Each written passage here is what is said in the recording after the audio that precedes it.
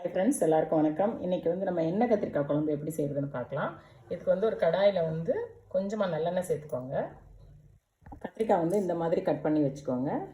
இந்த மாதிரி வர மாதிரி முழுசாக காம்பு மட்டும் கட் பண்ணிவிட்டு இந்த மாதிரி கட் பண்ணி வச்சுக்கோங்க. கட் பண்ணிவிட்டு ஒரு 2 தடவை அலசிட்டு தண்ணியில் போட்டு வச்சுருக்கேன்.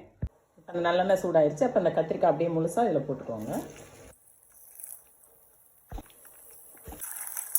லைட்டாக ஒரு 2 நிமிஷம் வதக்கிட்டு அதுக்கப்புறம் நம்ம மூடி வச்சிடலாம். அது கொஞ்சம் வதங்கட்டும்.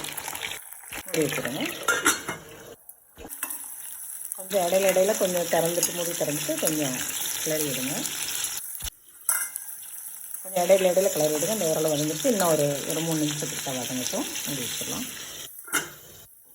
பாருங்கள், நல்லா வதங்கிட்டு இப்போ நம்ம அந்த கத்திரிக்காய் எடுத்துக்கலாம். அதே கடாயில் கொஞ்சமாக ஆயில் சேர்த்துக்கோங்க. தாளிக்கிறதுக்கு கொஞ்சமாக வெந்தயம் சேர்த்துக்கலாம். வெந்தயம் சேர்ந்துருச்சு. கொஞ்சம் சின்ன வெங்காயம், கருவேப்பிலையும் கட் பண்ணி. அந்த பூண்டு சின்ன பூண்டாக ஒரு 10-15 பூண்டு சின்னதாக உடிச்சு வச்சுருக்கேன். அதையும் சேர்த்துக்கோங்க. வெங்காயம் வதங்கிட்டு இப்போ ஒரு தக்காளி, மீடியம் சைஸ் தக்காளி கட் பண்ணி சேர்த்துக்கோங்க.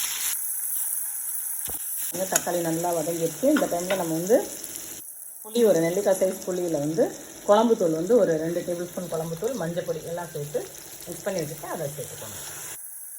நமக்கு எந்த அளவுக்கு தண்ணி வேணுமோ அந்தளவுக்கு தண்ணி சேர்த்துக்கோங்க.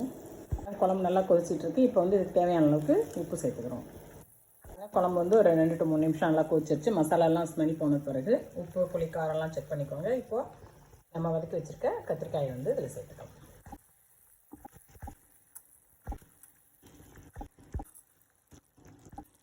ஒரு 5 மினிட்ஸ் வச்சுட்டு அப்படியே மூடி வச்சுருங்க.